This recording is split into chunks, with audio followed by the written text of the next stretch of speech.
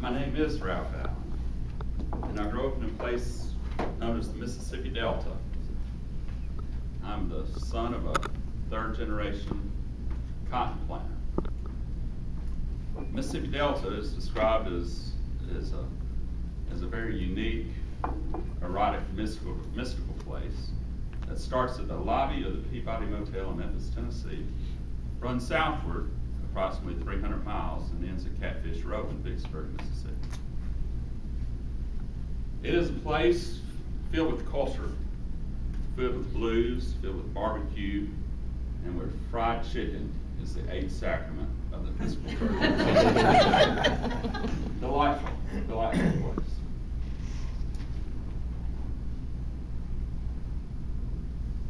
Delta planters, they've been referred to by some authors as feckless and imprudent. Now, I'm not sure if I agree with this. Imprudent, lack of concern, but being third generation and knowing a lot of my characteristics, it may just be genetic. Which may be why I didn't bring my introduction to Connie until this morning. But one of the greatest things, and I'm going to pull away from my notes here just a little bit.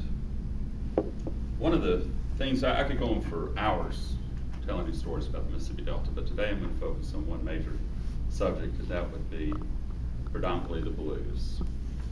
I'm an avid follower of the blues, and I've had some great experiences with the blues.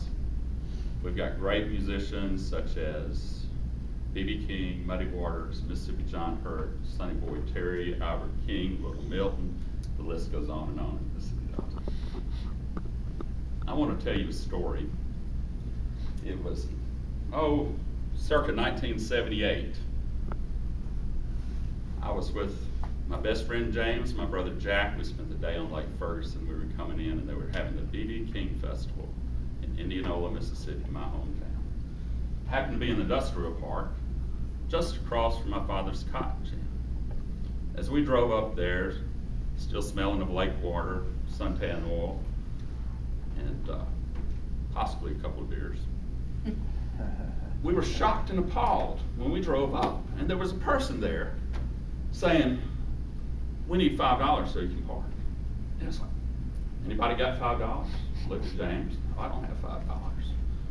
Well, being hungry, coming back from the lake, water skiing, one thing we did buy, brand new Pizza Hut opened up in town, well, the only Pizza Hut that opened up in a small town, and we bought a supreme pizza.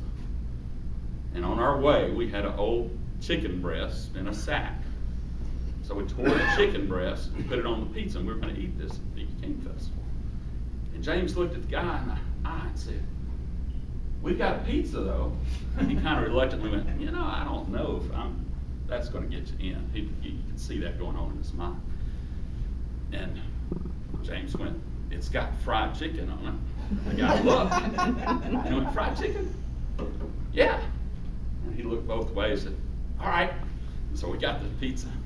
He got the pizza, we got in, life was great. We went up to the big bus that was there, and we were standing around hoping we could see B.B. King.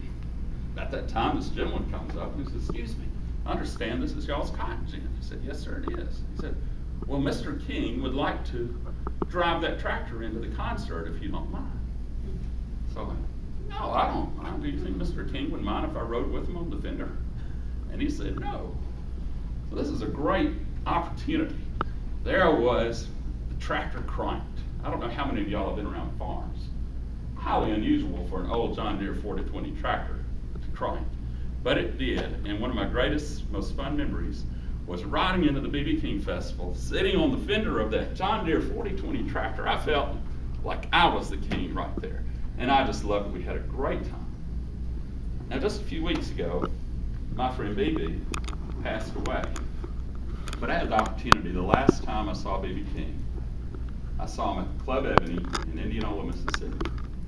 Club Ebony is not like the B.B. King Club, but it's the most fun place filled with certain blues, the best blues you've ever had.